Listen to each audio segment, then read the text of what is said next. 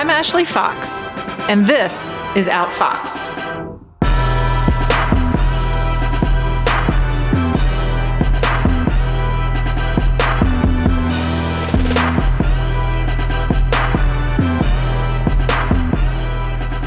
Jay Bilas is a college basketball and NBA analyst for ESPN.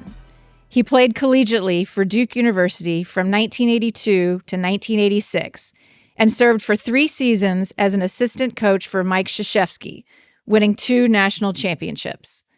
A New York Times bestselling author, attorney, motivational speaker, and, for my money, the conscience of college basketball, Bilas was awarded the prestigious Curt Gowdy Media Award in 2016 by the Naismith Memorial Basketball Hall of Fame for his significant contributions to the game of basketball. Bilas is prolific on X, and as he always posts, "I gotta go to work." Welcome, Jay Bilas. So our listeners don't know this yet, Jay, but we go way back. We met for the first time in 1986 when I was a 15-year-old wearing bad jeans and braces, and you had hair. And you were coming off of your senior year at Duke. And, my father had been the head men's basketball coach for a hot second at Duke back in the early 70s, long before you got there, and then created, after he got out of coaching, a really cool event called the ACC All-Star Classic, where he took seniors from all the ACC teams and played barnstorming games around North Carolina. And you were gracious enough to play in it, I think a couple of times, if I'm not mistaken. And I was the water girl for those games. And that's when I first met you, which was really cool. And I've even got a picture from way back when of that to prove that I was in bad jeans and you had hair. I'm curious, how did a kid from Los Angeles end up at Duke in 1982? And what did you find when you got there? I found that everything was closed on Sundays. How did you end up there in the first place, Jay? It was largely because of Coach K. That when growing up in Los Angeles, I always thought I'd go to UCLA or USC and spend my life in California when I was really young. But when I got to be a good player in high school and started getting recruited, I had a difficult experience with my high school coach, and all my teammates did. We had grown up together, played together from 4th grade through high school, but it was not the most pleasant experience with our coach. We're still great friends. We had a great time together. But there was a lot of negative experiences with the coach. And at least at that time, when I was a teenager, I knew that the only time in my basketball career I was going to get to choose who I played for was college. And I took it really seriously. So it was probably not the right approach, but I was more interested in who I played for than where I went to school. And where was a consideration, but it wasn't number one. So I came down to 4 coaches. I came down to Coach K at Duke, Jim Boeheim at Syracuse, Lute Olson at Iowa at the time, before he went to Arizona, and Ted Owens at Kansas. And at the end of it, it came down, it was a close call between Lute Olson and Coach K, but I liked Coach K the best, frankly. And he was the least accomplished. He was the youngest. He had a resume. I'd never heard of him when he started recruiting me. And there was just something about him that at the end of it, I said, I want to play for him. Every visit I went on when I came back, I was going to that place. But after the smoke cleared and, kind of got a little bit of distance from it, I always kept going back to, I like Coach K. And I decided early, in December, I wanted the recruiting over. I got tired of it. I didn't want to hear it anymore. And I said, you know what, I want to play for him. And so in December, I let him know that I'm coming to Duke, and it took a big load off. But I never really looked back, and I never, even in some hard times in college, never once thought I didn't make the right decision.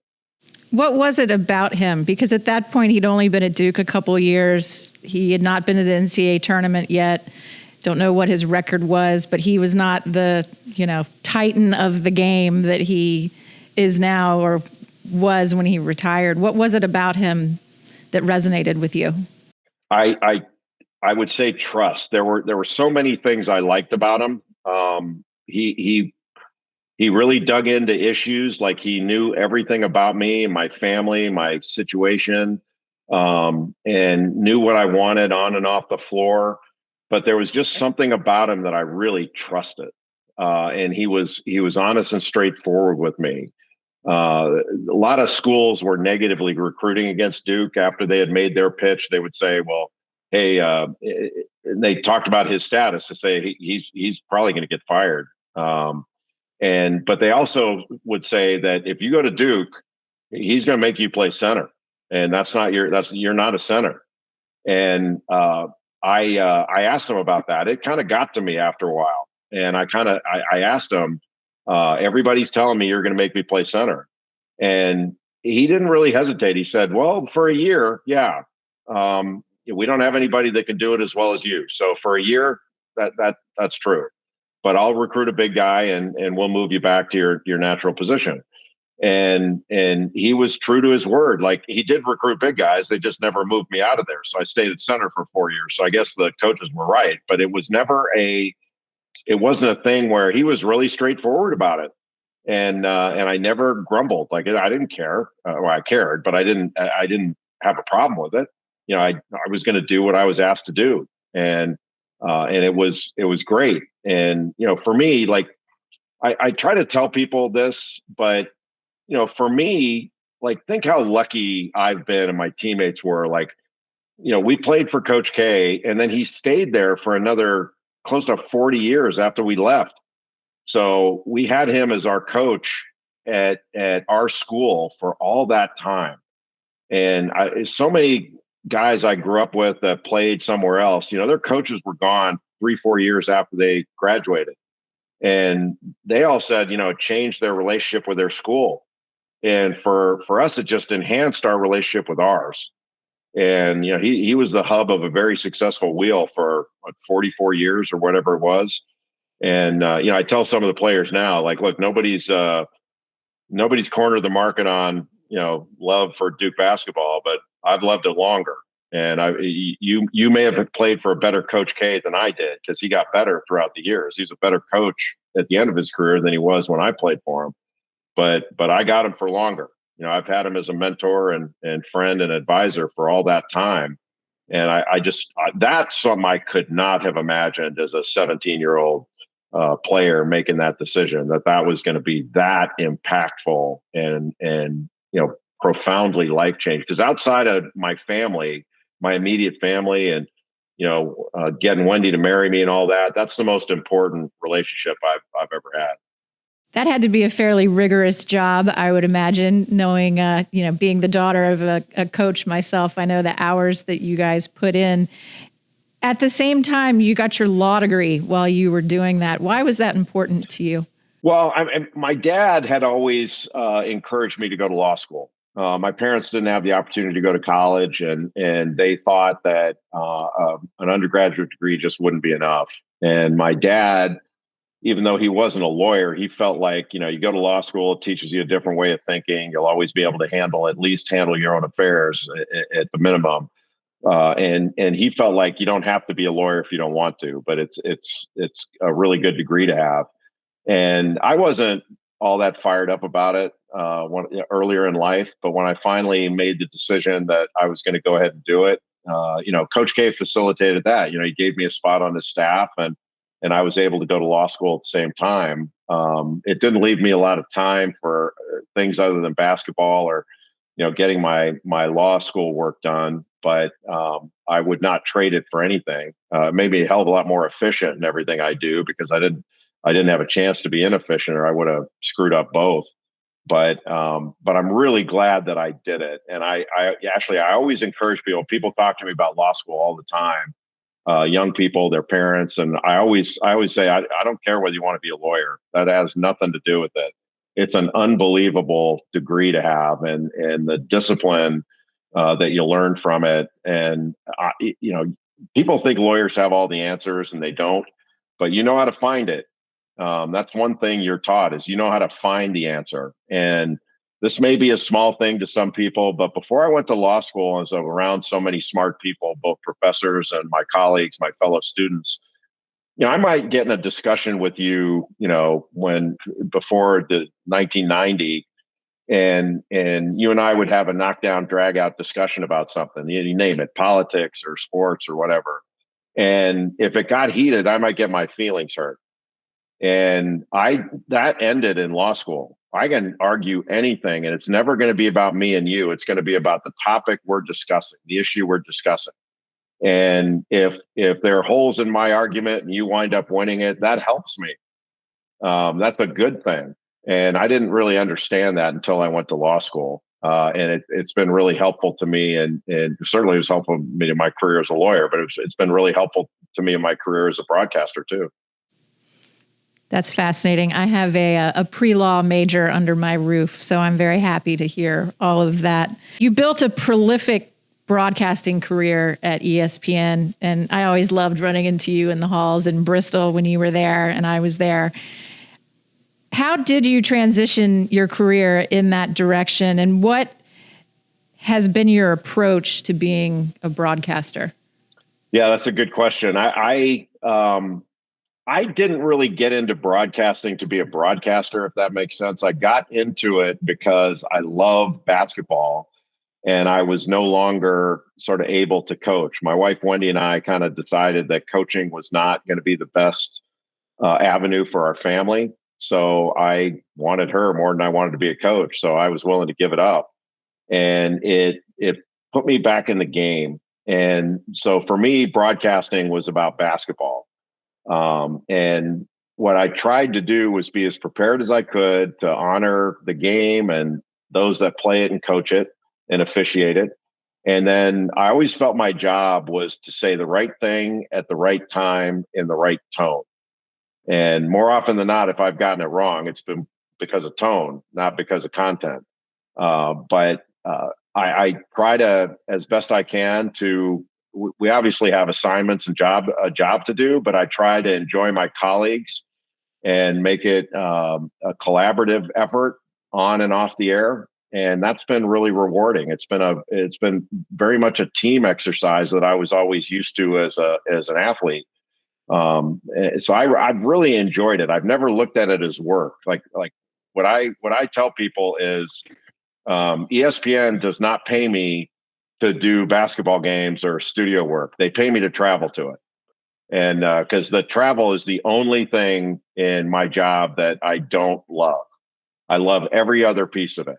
But sometimes on the road, you're kind of going, I've had enough of this. Because as you know, travel is the only downer in our jobs. You're constantly on the road. And for a long time, my toiletries were in a little plastic bag, and it's not the most pleasant experience to travel. But once you're there, it's almost like I can't believe they pay me to do this. It can be arduous for sure. To me, your forthrightness and honesty when evaluating what's going on with the game of basketball, with a specific team, with a specific coach, with a specific player, has always been impressive. I say in the open, I feel like you should be president of the NCAA because of, your level-headedness and the way you evaluate situations. What's the worst blowback you've ever experienced for something you've said? Wow. I've had a couple of coaches that have said, kind of come back at me about something I've said. And it's always been in the studio, never on a game. But after talking to him, like every coach, that I cover, every official, they all have my phone number. And I tell them all, if you hear something you don't like, call me and we'll work it out. Usually it comes from, they didn't really hear it. Somebody told them about it and they didn't hear it the right way. And that's fine. I mean, I don't have any problem with that. This is a public thing. People are allowed to get their feelings hurt and they're allowed to get mad. I don't have any problem with that. But what I want them to do, rather than complain about it in their coach's locker room or something, or with their colleagues, just call me. And if I got something wrong, I don't want to get it wrong. Like, I want to know, if you think it's wrong, tell me why. And if it's wrong, I'll I'll do my best to fix it. But if I'm right, or if I didn't say it in the right tone or whatever, or if I say something that's misunderstood, if I say it the way I want to and it's misunderstood, that's my fault. I take that as my fault, because I need to say something in a way that people understand. That's on me. But if it's just something where they don't want you to say it, or if it was true and it was right, but they prefer you didn't say it, there's not much I can do about that. But we can reach a better understanding by talking it over.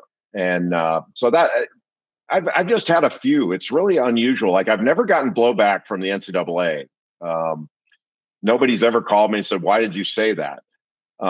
They've actually called me a few times, say, "You know what, you're right on that one. We need to fix this, or we shouldn't have done this," whatever. That doesn't happen that often, but it has happened.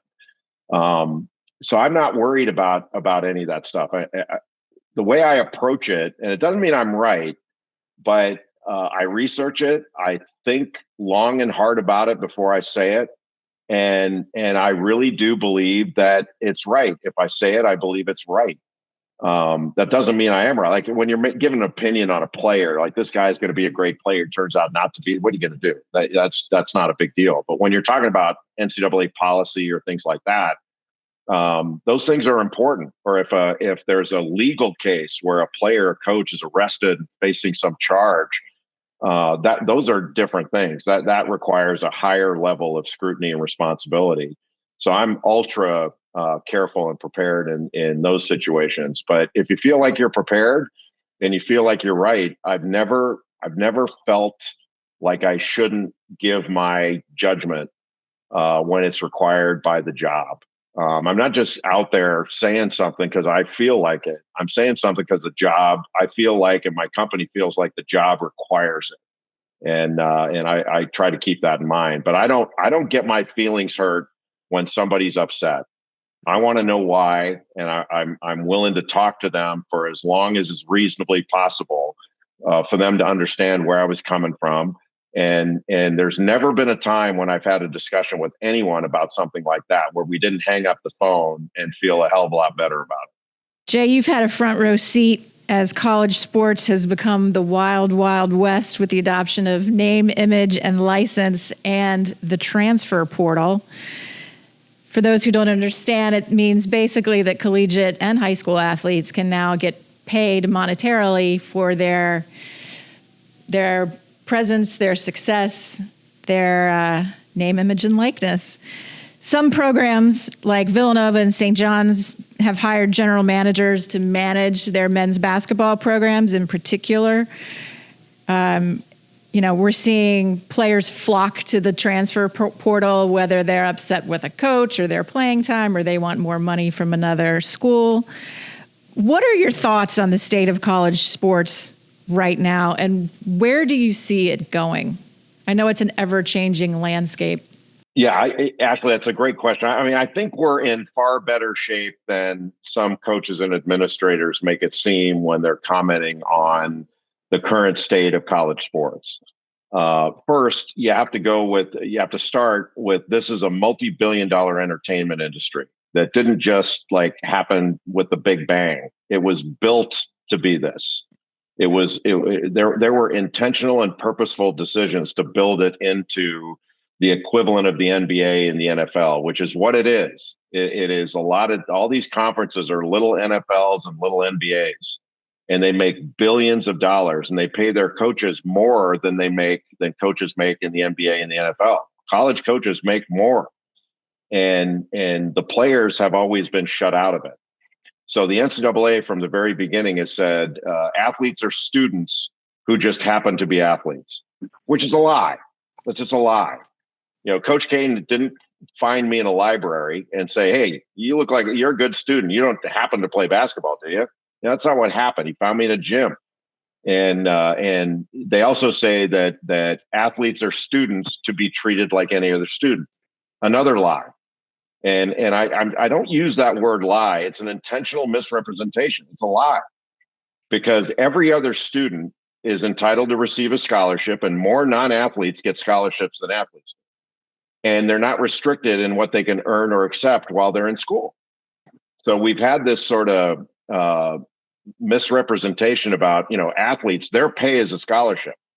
Well, if that's true, what is the English student that gets a full ride? What's that pay for? If it's pay, it's not pay, it's an expense that's incidental to the enterprise.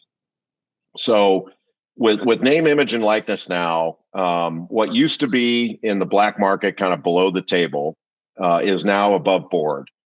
And we see it with other students that are allowed to go out and do whatever they want while they're in school and earn whatever money, and nobody questions it. Now we're seeing athletes allowed to do it. It's new, so people are unsure about it. It used to be a player drives a car. Where'd you get that car? They're not asking that anymore. They're not asking where they got the watch, which is, I think, a good thing, because there were a lot of problems that came with that were unnecessary. But where I see it headed, Ashley, is, there have been a lot of lawsuits. The NCAA has lost a lot of lawsuits that put them in this position. And they are currently trying to settle something called the House case, which is an antitrust case where they were cruising to lose $4 or $5 billion in damages. They're settling it for part of its back damages, and part of it is in the future, the next 10 years, they're going to share up to 22% of revenue with athletes now. And so I think once the NCAA, if they will allow schools to just pay their players directly, and we don't have the influence of these collectives in the same way, or the collectives can come in-house under the university umbrella, you'll see schools start signing players to contracts. And that's going to alleviate a lot of the transfer issues. And I'll get to the transfer thing in a second, because I think that's really interesting. But think about this for a second, and your listeners, that if you sign a player to a contract, just like you sign a coach to one, you can put anything you want in that contract. You can have academic requirements, class attendance requirements. You can have a buyout in there. So if you're paying the player, say you're paying your best player $500,000 a year, and you sign him to a 4-year contract. If the player decides to leave, you can have $1 million buyout in there. So it helps protect so another school is going to have to pay the buyout and pay the player. That makes it's just like with coaches. That makes it so much more difficult for player movement. So that would alleviate a lot of the problems, and it works in the rest of American business. There's no reason to believe it wouldn't work for athletes. But the transfer portal is one of the most interesting things that I think people don't understand. First of all, the NCAA came up with the transfer portal. It's their rule and their idea. It was not forced on them. But the reason we have the transfer portal is that there was a transfer restriction. So if players left one school and went to another, they had to sit out a full year. They called it a year in residence, which makes no sense. They have to get used to their new school. Freshmen don't have to get used to their new school. They have no college experience. Why would somebody with college experience have to get used to college by sitting out a year? But that restriction existed in only 5 sports: football, men's and women's basketball, baseball, and hockey. Every other sport, they've always been able to transfer and go wherever they wanted. But really, the public only cared about football and basketball, and so we thought it was like that for everybody. That was hurting the NCAA in court. They knew it was a bad rule and a bad policy, so they changed it. And right now, it's a little bit unsettling that a player, one year he's at Iowa State, the next year he's at Northern Iowa, and then he goes to Michigan State. It's a little bit different. But we see it with coaches, we see it with assistant coaches all the time. They move around, and students always have money. Regular students always have money as a variable in their decision-making process. How much does this school cost? How much scholarship money can I make? And people might not believe this, but it's true. More non-athletes transfer than athletes do, and by percentage and number. Retention has always been a problem or an issue in higher education. But if you want to stop it, you can't just force somebody to stay somewhere. And that's what we did for a long time, or at least we made them give up a year of their lives, which I certainly wouldn't have wanted to do. You don't want to do that at that age when there are things beyond college for you. So one thing we're seeing, though, from NIL and the transfer portal, we are seeing players stay in school longer. They are not only graduating, but they're getting graduate degrees. and staying long enough where they can enter grad school. So isn't that what we said we wanted? When we saw so many one and dones over the years, we were like, oh, I like the good old days when they stayed in school. Now they're staying in school. So for those of us that believe in education, I think both of us do, and I'm sure your listeners do as well. That's a good thing. But it's different and more difficult for coaches and schools now because they don't have roster certainty like they felt they had before. But if you want to bring that roster certainty back, sign the players to contracts or collectively bargain with the players where you have them agreeing to a system where they stay put more often. You can't wed them to one place, but it doesn't mean that they're not students anymore. Look, if any athlete doesn't have to go to school, that's on that school. Because the one thing in order for them to make money now, they have to be a full-time student in good standing. That gives them more incentive to get their academic work done, not less. So overall, I think the system is working just fine, and the ratings are up, attendance is up, women's basketball is exploding, softball is going crazy. I mean, all the things the NCAA told us. As soon as we start paying the players, amateurism, people are going to turn away, and it's going to be hell in a handbasket, and dogs and cats are going to live together. All of it was untrue. This train is still rolling down the tracks directly to the bank. It is fascinating. And you brought up the women's game. Nothing happens in a vacuum, obviously, but Caitlin Clark really seems to have accelerated the women's game. And I would add Dawn Staley to that, Philly native. I'm a Philly girl.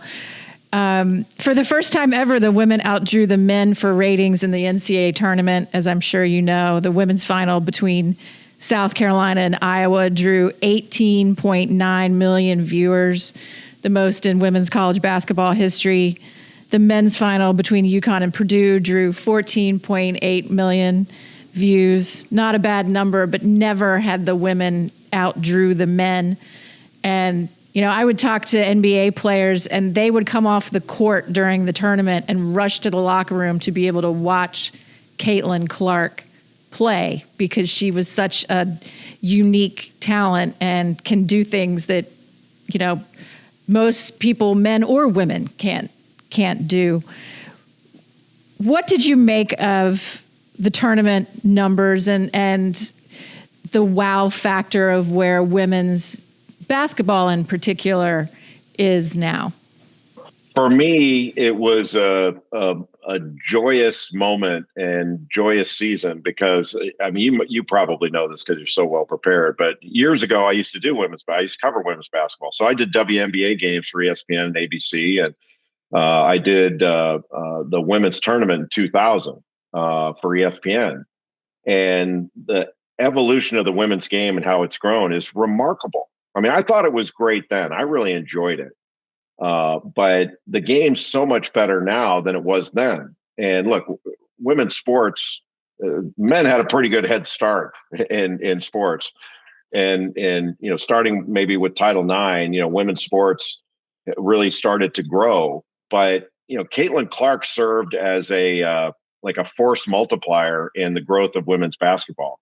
And the spotlight that she was able to command, I think, it's just my view, helped illuminate how many other great players and great teams were out there. So just for example, like the WNBA, since Caitlin Clark has come in with the Indiana Fever, it shot way up in popularity. But when the Indiana Fever were knocked out of the playoffs, the playoff numbers were still much higher than they've been in past years. So, those that say, well, once Caitlin Clark went out, then interest waned. That's not true. Now, maybe some of the games weren't rated as high as the games Caitlin Clark played in, but one of the most important measures were how much higher they were for years past in the WNBA. And the fact that, I'm not sure, honestly, Ashley, how many people, when I was doing games, WNBA games back in the mid to late 90s, I'm not sure how many NBA players were watching back there, or how many men, period. And if they were watching, whether they would have admitted it. So that's been a nice thing too, that maybe men are starting to evolve a little bit and picking our knuckles off the ground and starting to realize, like, man, this is really cool. This is really good and really fun to watch and fun to be a part of. So I just don't understand, like, those that look at somehow the ascendance of women's basketball somehow being a threat to men's. It's not. It elevates everything. It elevates sports. So, but you do have that territoriality. Like, there are people in my sport that, they look at football and go, geez, we're going to talk about football all year long. Well, who cares? Like, football's fantastic.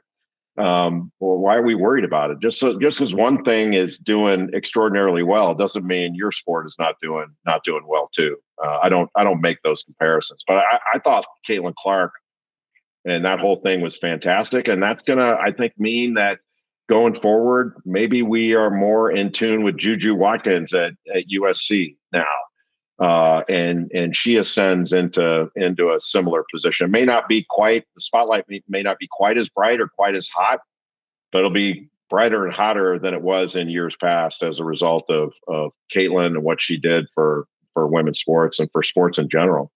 I agree. I think it's all upside for anyone in the basketball community at whatever level: high school, college, NBA, Europe. You have nearly 2 million followers on X, formerly known as Twitter. I still can't get used to calling it X. Part of the charm of your feed is your daily morning 3-sentence raps. For instance, quote, calculate my every step, I'm a mathematician. Make them pigeons disappear, I'm a damn magician. I gotta go to work. And another one, these are more than words. This is more than rap. This is the streets and I am the trap. I got to go to work. And with all due respect, Jay, I got a couple questions on this. This seems to go against the type of a 60-year-old white guy, Duke grad lawyer. Do you write these yourself? Oh, no. Those are Jeezy lyrics. When I was a high school player, my teammates and I used to listen to music when we worked out together. And about that time, we came across a group called the Sugar Hill Gang. And their best song, we thought, was Rapper's Delight. So we kind of sang that song every day and got it. I can still quote it word for word. But I kind of got an appreciation for, rap and hip hop from there. It's not the only thing I listen to. I mean, I probably spend more time listening to the Rolling Stones or Led Zeppelin or stuff from my time than that. But I started doing that. It wound up, just happening. Like, we were at college game day at Michigan State. I think it was 2010 or so. And Draymond Green was listening to headphones, and we asked him what he's listening to. And he said, I'm listening to Young Jeezy. And Hubert Davis is now the head coach of North Carolina, turned to me and said, is that on your iPod? That's how long ago it was. We're talking about iPod. And I said, actually, it is. And people didn't believe me. So I went back and forth on Twitter with them, and I quoted a couple lyrics here and there. And the I got to go to work thing just came from if I remember right, I just actually had to stop doing that on Twitter and go into my office. And it kind of picked up some steam, and I started doing it every day. But those are all Jeezy lyrics. None of them are mine. Well, so no rap album forthcoming from you? No. And I've met Jeezy several times, and we've interacted. And he asked me to drop an album or two for him on social media in the past. And we're a little bit of an odd pairing, but he's an awesome dude, and I'm really, really glad that this has been so much fun. See, Jay Bilas, savant. Okay, we've got 3 closing questions for you, kind of sort of semi-rapid fire. If you could give your younger self a piece of advice, what would it be? Slow down and enjoy what you're doing. I think there were times when I was younger, I was in a rush to get to my destination.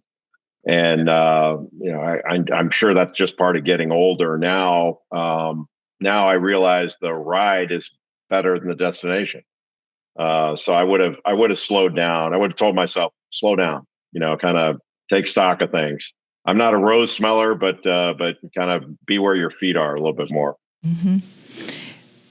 What is, if anything, the elusive thing for which you're still chasing? More time with my wife. We spend a lot of time together, but there's nobody I would rather hang out with than her. And all the years that I've been running around traveling takes time away from her. And I'm not ready to quit, but I've been trying desperately to make more time for that. And this year you're calling NBA games too, correct? That's a new thing. Yes, but the hotels are better, so she's more likely to come with me on those games. I was going to say, bring her with you. I've met her; she's delightful.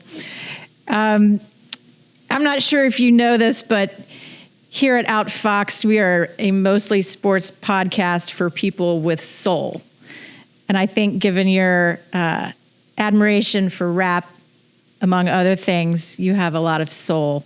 What does soul mean to you in terms of your career and your life? Wow. What did soul mean? Probably your capacity to love other, not just other people, but the success and enjoyment of other people. That I was not good at when I was younger. And I think that's what my wife kind of taught me to, and it maybe goes back to slow down. When our kids were little and I was running all over the place, my wife would say, these babies are temporary. You need to enjoy this because they're going to be able to walk away from us soon. And, you think back on that, it was almost a snap of the fingers, and our kids are out of the house and they're adults now. And so we take more time with our friends than we used to, and take more time to kind of enjoy the things that we've worked for. I don't know if this makes any sense, but that, to me, that's what the soul of others is what I'm more interested in spending more time with the people you care about most.